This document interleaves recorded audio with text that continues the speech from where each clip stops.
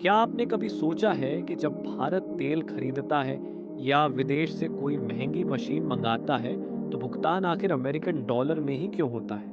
जबकि भारत की अपनी करेंसी है, रुपया। असल में यहीं से पूरी कहानी शुरू होती है। दुनिया के ज्यादातर देश आपस में व्यापार अमेरिकन डॉलर में करते हैं। तेल, गैस, हथियार या बड़ी इंटरनेशनल डील लगभग सब डॉलर में होती है। इसका सबसे बड़ा फायदा सीधे अमेरिका को मिलता है। क्यों?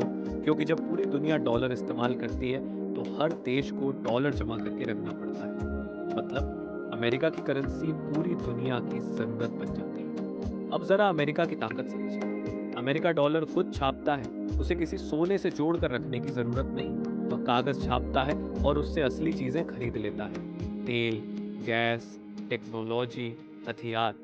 जबकि भारत जैसे देशों को डॉलर कमाने के लिए एक्सपोर्ट करना पड़ता है, फैक्ट्री चलानी पड़ती है, लाखों लोगों को काम देना पड़ता है। यानी अमेरिका कागज के दम पर दुनिया की मेहनत खरीद लेता है। अब भारत का एग्जाम्पल समझिए।